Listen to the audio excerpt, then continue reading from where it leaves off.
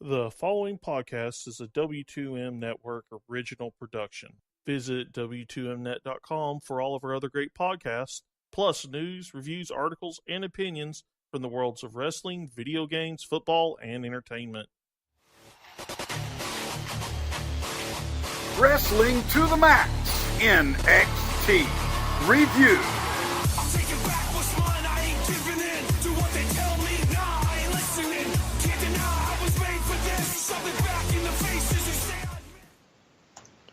Ladies and gentlemen, welcome to Wrestling to the Max's NXT review for August 25th, or 24th, 23rd. One of those dates, actually the 23rd, 2017. I try to give you the date that we are going to be doing. Probably this will be available on the download. It'll be available on the 25th, but guess what? We actually are talking about the episode that happened on the 23rd. And of course, you know, to find all our great content, just to let you guys know, once again, W2Mnet.com. It's easy as pie. Just go over there and search out all the great content that we have to offer to the W2M network. Also, man, you know, maybe you want to rate, subscribe, and review. Yeah, that's right. Something else I like to always encourage. Yeah, go do that on Apple Podcast or YouTube or wherever you get the podcast from. Make sure you go ahead and do all that great stuff, because not only does it help us, but it also makes it easy for you. You don't even have to worry about the next time our NXT review comes out or what date it is. All you know is it's there and it's ready to listen to. So if you subscribe, it's just simple. So, of course, I am Gary Vaughan, and along with me is Mr. Paul Leazar, your host. Heyo. And Paul, just to let everybody also know, 411mania.com. Thank you, those guys, for supporting us and having them on their site. Also, Last Word on Sports. Those guys are awesome as well. So, just want to make sure we get those shout-outs to those guys. You know, we thank them for all the support that they give us, you know, tonight. Paul, I mean, this is the fallout from NXT TakeOver Brooklyn 3. And this is getting kind of exciting because this is an episode that I think they kind of transformed a little bit compared to some of the other ones, if you ask me personally. I think they did a little extra here, but we'll talk about it, and I'm kind of curious if you think the same thing. There's some interesting stuff going on. It's not as throwaway as I think some of the other stuff has been, but of course you do still have all of the video packages going over NXT TakeOver Brooklyn 3, which we reviewed here at Wrestling to the Max. There's that review special out there waiting for you guys to listen to wherever we can be found, of course. And the first thing we have to talk about here is they open with No Way Jose coming out. He gets a huge pop from the crowd here in Brooklyn, and then he starts bringing out fans for a conga line, starts bringing them up the rampway, but here comes Lars Sullivan to attack him from behind, absolutely annihilates him. Didn't get a lot of reaction, but there was some boos near the end, so maybe not a complete waste of time, but clearly Lars Sullivan getting jumped into the mix with No Way Jose is a big step up from what he was doing. It is a big step, and the reason it is because he was just basically beating up throwaway guys. I hate to say that. The only other terminology would be the classic jobber, right? And, you know, that's not all that inspiring. I mean, it's kind of funny. It kind of gave him a little bit of a gimmick for a guy that, honestly, if it wasn't for that, all you would know him as that big, huge guy that's kind of scary looking. So there you go. I mean, if we're finally getting something that's actually got some tangible substance to it, he's coming out and attacking a guy that I think a lot of fans enjoy. I mean, No Way Jose's been a guy that I think a lot of especially if there's younger NXT fans, they get behind this guy. He's fun, he dances, he has a good time, and Lars Sullivan is taking that away from him by coming out and jumping him. So I think this is actually a feud I'm going to look forward to. I'm kind of excited about this because I've been waiting for this for a little while now. And Lars Sullivan, to me, is a guy that has so much more that we haven't seen, and that's another part of the equation for me that just excites me. Yeah, I mean, seeing what else he can do other than just beating up guys certainly is always something to look forward to once they get past the jobbing or squashing stage. So No Way Jose, I think it's a great first matchup, right? He's still a big guy, and he just easily manhandles him here, which is still pretty impressive. So yeah, lots of good stuff there. Yeah, exactly. And one last thing before we move on, I just want to say this. You know, you mentioned the crowd reaction. I don't think the crowd really, we're also talking about a big venue like the Barclays, and I'm sure there's a lot of NXT fans in that building that night. But at the same point, I don't know if they're so over the moon or really just sold on everything that Lars Sullivan brings to the table. He hasn't really brought a lot except squashing guys, so I'm really not concerned about that. And No Way Jose really hasn't been anything that's really of importance either. So we're not talking about No Way Jose coming off some hot feuds and really being this hot superstar babyface. So I think that's why the crowd really was just kind of like, okay,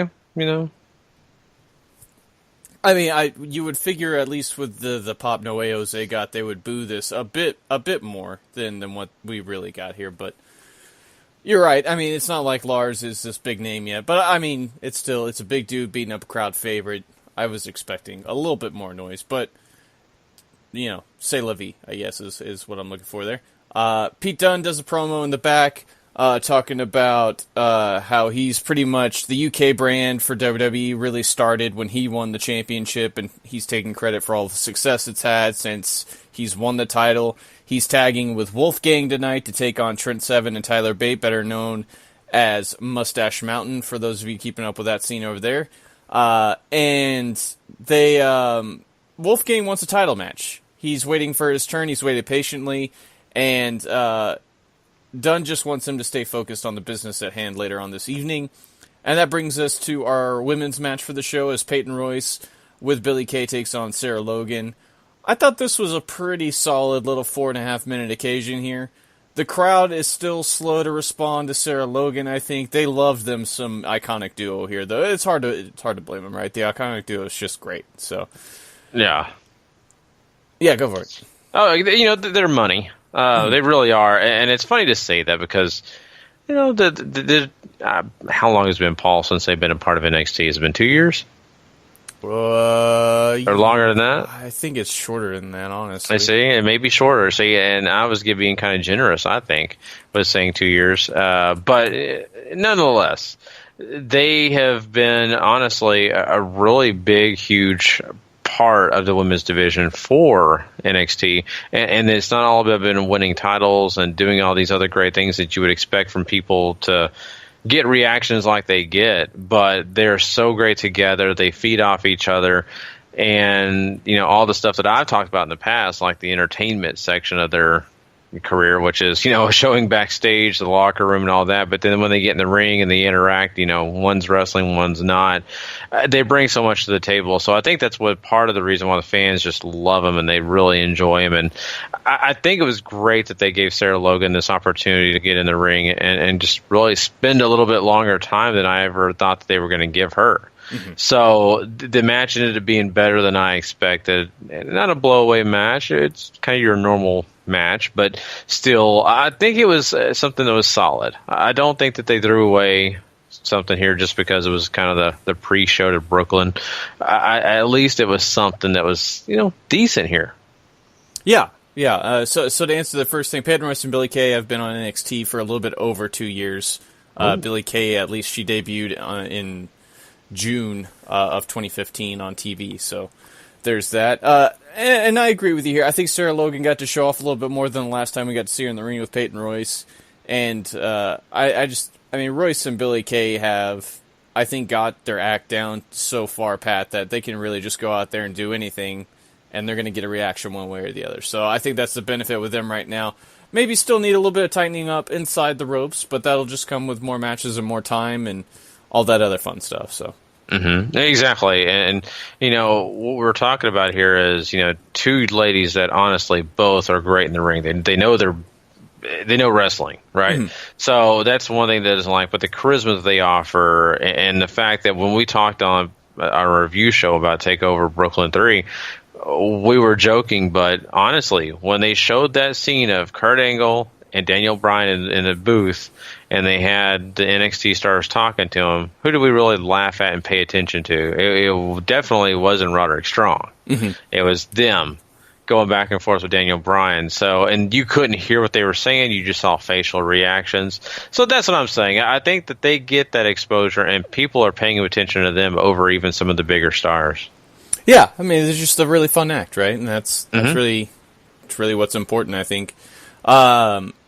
We get a Bobby Roode interview who talks about his debut on SmackDown, and just because he's there doesn't mean he's done with NXT yet, because he still has to finish his business with Roderick Strong, which is all well and good. And that brings us to our main event, where Pete Dunne and Wolfgang team up to take on Trent Seven and Tyler Bate, better known as Moustache Mountain. And if you're a Progress fan, you know Pete Dunne, Trent Seven, and Tyler Bate are in a stable together called British Strong Style, where they pretty much run the show over there. I thought this was super fun. Dunne and Bate and Seven and Wolfgang here all put on a really, really fun match. And even Wolfgang didn't have all that much interaction until you get to the end, where he blind tags in. Tyler Bate hits the Tyler Driver 97 on Dunne, and Wolfgang flies off the top rope with a senton to crush Bate and get the victory. So, build up here really for what appears to be our next UK Championship match between Dunne and Wolfgang, which should be really fun, I think. Well, I think so too. It'll be a good match. Pete Dunne is just such an amazing wrestler. He offers so much, and I think he's one of the best guys to really honestly hold that UK title. I think a match between UK with Wolfgang is fine. I think a match with him, and Tyler Bate again in the near future would not be a bad idea either. Because, my God, just in this tag match alone, him and Bate just started where they left off. Mm-hmm. I mean, my God, those guys just to me are just too good at sometimes. But, overall, I think, what you got here was a little piece of what they should be giving us more often. And that's these UK guys who have super amounts of talent, who can just really, honestly, showcase some of the best wrestling that the NXT could have to offer if they would just put them on the shows more often. But you get it. I mean, their place is the UK. They're there to represent for the UK here to these special occasions, but I wish we got them more often. I guess I'm a little greedy, if you'll call it that. I'd love to see them more often too, but every time they show up, it always is like this huge breath of fresh air, and I think that really plays to their advantage too. Whenever they came out for the match, the crowd was nuts for at least Bate and Dunne got a ginormous pop, if you ask me. And Wolfgang and Seven, they got their cheers there too. But I mean, really, Bate and Dunne after that match at TakeOver earlier this year are basically made as far as NXT goes. But you're right. I'd love to see them more often, but when they do come, it always just feels fresh, and that's something I really appreciate about this whole situation, really, with the UK brand.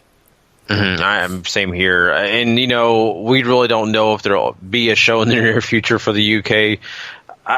I honestly think that they need to find more of these opportunities. I'm not saying do it all the time, because we already know that they've got enough talent in NXT on the reg. I mean, really, let's be honest. I mean, we talk about this all the time. So adding the UK guys will be a little bit more difficult because the card is kind of full. I'm just saying sprinkle them in here, sprinkle them in there. That way that we still have them on our mind until they finally do make a UK show take place or do something more different with them. Mm-hmm. I don't know. I just think that, it helps people keep in mind that those guys are still around.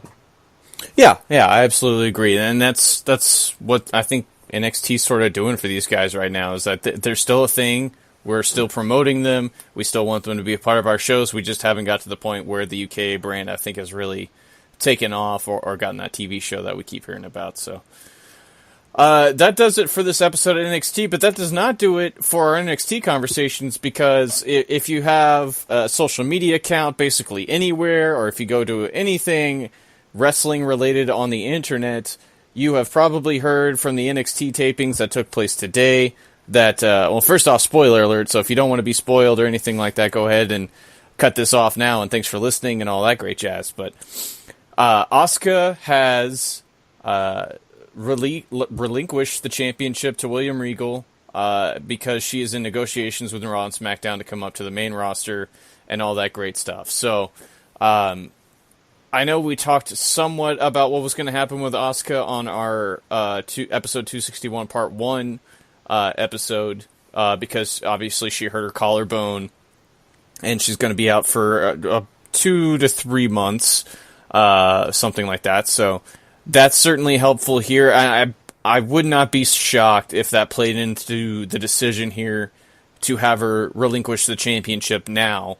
But it's going to be interesting to see where they take the championship. And I mean, Asuka gets to retire the title undefeated now, which is what a lot of people were after. I'm still a fan of putting over the new person on the way out, especially somebody like an Ember Moon who really could have been the next person to quote-unquote hold down the division while they build up the rest of the roster. But it's going to be a free game now, Gary. Like, what do you think is going to happen, and what are your thoughts on this entire situation?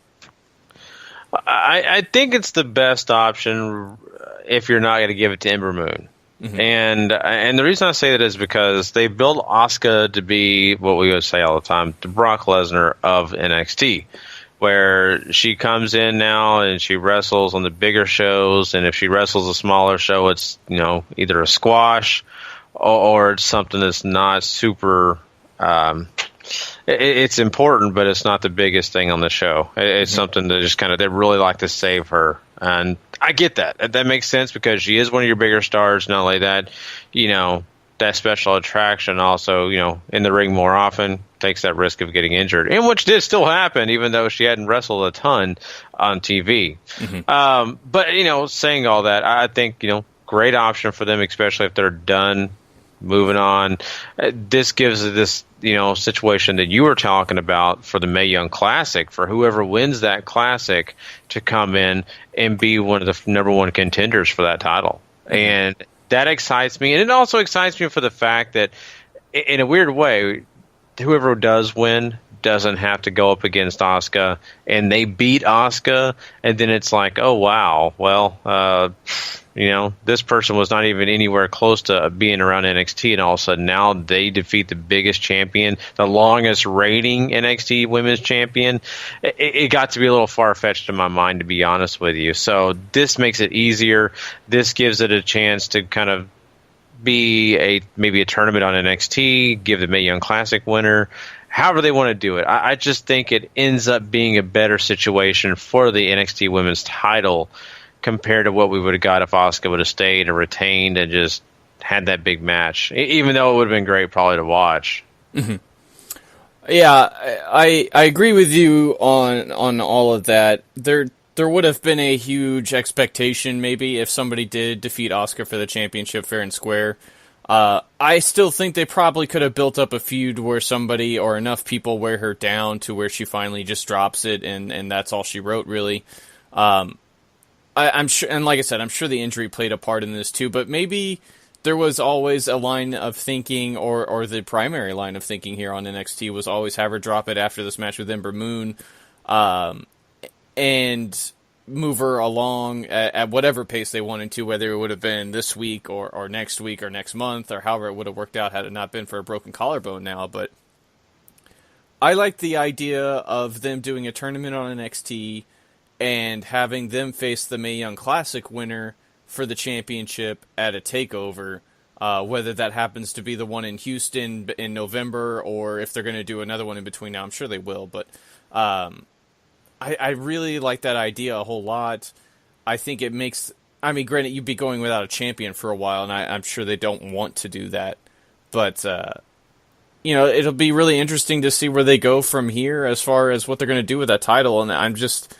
The possibilities are very open now, especially with, like we've been talking about the Mae Young Classic a lot. All those girls that have competed in that tournament could possibly show up in one on NXT, or however they're going to go about doing this.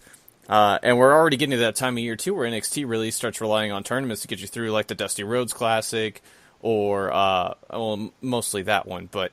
you have a whole bunch of other stuff, so maybe they don't do a tournament, maybe they do like a Battle Royal or something. I don't know. I think the possibilities are endless here, and that's what's kind of exciting in this whole scheme of things. Yeah, and I don't think a vacant title is a bad thing. If you ask me, it makes that title more prestigious. I look at it maybe... I'll just kind of relate this to a sports team. Let's just talk about the NFL. Let's talk about a major quarterback. Let's say Tom Brady. Mm-hmm. Tom Brady, one of the biggest superstars in the NFL, championships out the butt, a guy that just exuberates what an NFL quarterback should be. And then when the guy finally retires and walks away for the game, that spot is going to be the most prestigious spot to join up and pick up now because, well, why? Because it's the New England Patriots. It's the team that has been, winning and winning and winning, and whoever goes in there is going to have that pressure. But it's also become very prestigious because of what he's done. Asuka's done the same thing for the women's title. She's left behind now this time of great lineage of greatness and made that title feel special. So now seeing that title not around Asuka's waist and to kind of see it shine, I can't wait till William Regal's got it on a pedestal and holding it there and doing a battle royal, doing a tournament, all these other things to get those women excited about reaching that goal. And then you got that Mae Young Classic going on the other side of this fence. It's just this, I don't know. It's just this moment that I feel like could be very special once we get to the end of those tournaments and things, to kind of reach out who we want to be the 2 number 1 contenders for that opportunity. It's to me, they're building to something that could be very special. And maybe some people are saying, Gary, you're being far-fetched on this, but I don't think so. I sometimes I like having that title sitting there just making me wonder who could get it. Mm-hmm. I definitely like the idea of maybe leaving it vacant for a while you build up the rest of the division, maybe create some new feuds that you can move forward with, and really giving some of these other ladies some time to shine and see what sticks and what doesn't work, and whoever really, I guess, has the most momentum going forward would get the championship. But it's just, I think, a really interesting time to pay attention to the women's division if you're not, if you're only watching this, NXT and everything else that's not on the main roster or something like that. So there's so many question marks. That's really, really cool. And I'm up for question marks. It intrigues me. It makes me want to come back for more. If I knew everything and if it's all easy and peasy, it's easy to want to skip an episode or not pay attention while you're watching an episode. So that's what you got to do. You got to keep putting those question marks out there and keep getting us excited about what we've got going and coming in store for us. So, I think we talked about a lot of the title itself, but I want to talk about Asuka for a second here. Asuka's been just this main staple of NXT. Triple H has even admitted he wanted her to stay there as long as he could keep her there. Mm-hmm. And now it's time for her to move on, and I think she deserves it. I think it's really, honestly, a great time for her to finally make that next step. But the thing is that kind of scares me a little bit is the fact that we know whenever Asuka and whoever else we've seen coming from NXT, it's not anything about what you did in NXT. Is now you're starting a fresh new situation. You're not really relying on your NXT credentials. You're relying on whatever you do up there on the main roster. Mm-hmm. And I hope that they at least give her that opportunity to come out looking dangerous, looking strong, and don't put her in situations to where we look at her and say, oh my God, she can't beat Emma, but she was the longest reigning NXT champion. That's what scares me. Do you know where I'm coming from, Paul? Yeah. I just have that worry because, especially people listening to us right now, obviously you're listening to us means you're an NXT fan. You watch the show or you're interested in the show. So I think we're coming from this part of it, looking out from NXT inside the main roster. Usually if you make a lot of noise or if you do something really great in NXT, they like mentioning that up on the main roster. And really the best example of this is Kevin Owens, right, who got called up while he was still NXT champion. He had that big feud with John Cena while he was the US champion, and that really served as a launching pad for him to basically skip the entire mid-card and almost leapfrog right into the main event scene. And it just worked out so well because not only is Kevin Owens such a great talent inside the ring, but he's so very good at promos and all that good stuff. And I don't want to say he's different enough to where he stuck out, but he kind of is, right? He has a unique look, and he does all these other things very well. I think the same can be said for Asuka, because if they have her come in and lose to Emma, then what was the entire point of signing her in the first place, right? So I assume she's going to come in, and on whichever brand it is, whether it's Raw or SmackDown, and looking up and down, I feel like it's probably going to end up being Raw just because they need the most help division-wise, if you ask me, while SmackDown continues to sort of ebb and flow through its women's division because they all sort of matter much more as characters over there, and they have that Money in the Bank briefcase floating around, and that scene seems to have a whole lot going for it right now. Raw just is sort of, I don't want to say listless, but it's Alexa Bliss and basically everybody else right now. You're not wrong. You're not wrong at all on that. And the reason why I brought up Kevin Owens is I think Asuka is different enough to where no matter where you put her, she's going to stick out and she's going to really grab fans' attention just by the way she handles herself, right? She has this big extravagant entrance with the kimono, like the essentially jacket kimono, the mask and everything. She has great music, obviously, but you know, when she gets in the ring, she is a much more violent wrestler than I think anybody in the WWE's women's division in either show really has right now, right? Hard kicks, really brings that style from Japan that's basically, you know, her background, and just put it here and sort of lightened it up a little bit. But, you know, nobody in any women's division on WWE is doing what she's doing right now. And that's what's going to really help her stick out is all the kicks and all the submissions and just really how vicious she is in the ring. And I think that's just going to carry over perfectly no matter where she goes. You know, so, okay, let's say you said Raw. Okay, so does she come in like Bobby Roode this past week where it looks like kind of like a gray area but still kind of babyface-ish, or does she come in as a heel? I guess that depends really on what they want to do with Sasha, right? Because Alexa obviously still has a rematch, and there's Nia over there. I mean, I wouldn't be shocked if Asuka shows up after the injury's done and she's ready to come back to TV if she's automatically put into a women's title match, no matter where she goes.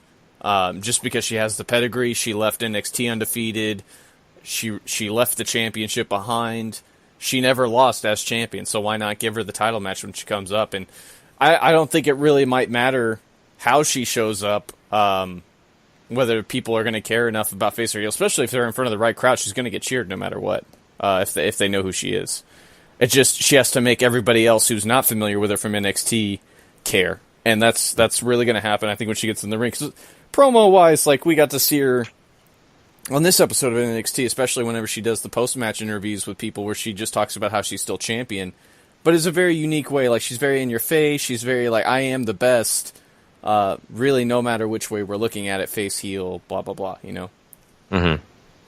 Yeah, I love that whole little promo time with her because it's like, I'll answer your question in 3 words, or I'll answer your question in 5 words. And I know there's a little language barrier, though, but it kind of makes it funny. And what I mean by funny is it's like, your question is not important enough for me to talk about it very long. Right. That's she had that air about her, too, right? That really helped send that point home. Exactly. So they're actually doing something really smart with that, and I'm really happy about it, and I hope that carries on to the main roster. And I think you're right. I think that they got a plan in place. I don't think they would bring her up if they were just going to throw her to the ringer and squash her or 50-50 book her. I think they really want some firepower on Raw or SmackDown. I don't know if we're promised either or. But I think what is cool is we do have someone that's super talented that brings something new to the table. I don't care what brand you bring her on. She's brand new to this table of women superstars because, yes, they're really great wrestlers on both brands, but it's not Asuka's type of wrestling. It's not anything like they say. Like, you know, Shinsuke Nakamura, great wrestler. But we've yet to see that guy that we know who he is. And, you know, once they allow that, he's going to be someone that really is a lot different compared to a lot of the other WWE superstars. So I'm excited about Asuka. I think this is a great deal. Sadly, we're going to have to wait for that collarbone to heal. So we've got 6 to 8 weeks. We don't know, you know, when they're actually going to do it. If they may put it off a little longer, they may let her be, you know, healed, but, you know, maybe pick that right time to, you know, introduce her. So I'm happy for it, right, Paul? I mean, this sucks. We're not going to get to talk about NXT anymore, but I'm super happy for Asuka. Yeah, I mean, she absolutely deserves the opportunity. Came into NXT, they gave her the ball, and she just crushed it right out of the ballpark. And, you know, she had all the fanfare with her from Japan and everything like that. But, I mean, she's just proved herself to be a really great talent who could make the transition. And you know, on the flip side of that coin is Hideo Itami, right, who has kind of struggled at times. And obviously injuries haven't helped him, and there's a whole lot of other issues there. But I think it's, when you're looking at, I think WWE's quote-unquote experimentation with bringing in Japanese superstars, Asuka so far definitely is a huge success story. And we're still sort of waiting for the verdict, I think, on Shin, and it seems like they kind of have their mind made up about Hideo. Like, they're either just jobbing him out because they're going to let him go at the end of the contract, or they're building up something else with him and just trying to wait to rebuild him for the right moment, so lots of different, I guess lots of different stories here with WWE's, rating of Japan, essentially. Mm-hmm. Yeah, exactly. So, I mean, who knows who else they get, but right now, I mean, they are set, and got some great Japanese superstars on the main roster. Hideo Itami's still hanging around NXT, and they got more coming in like Kari Hojo. Mm-hmm. So that it's, to me, really great stuff, and I'm really glad that they are dipping into Japan and other places around the world. This is really setting us up to have some great talent in NXT even more. I completely agree with you. So, all right. Well, I guess we are done with this episode of NXT. I not a ton, once again, on the main part of this show to talk about. I'm kind of glad we had this Asuka news to talk about. Otherwise, the show would probably be 15 minutes. Right. But this is what you get when you have the fallout from a big takeover show, right? So, lots of video packages like Paul alluded to, and some other things in between. So great stuff. Really happy to talk about it, though. I'm excited about seeing what we get in the new weeks of NXT, because we have the Asuka thing going down. We also get a chance to see what's going to happen with Adam Cole, Kyle O'Reilly, and Bobby Fish, those guys, and of course the rest of this whole thing that fell out of what happened over there at Brooklyn. Really excited about next week's show.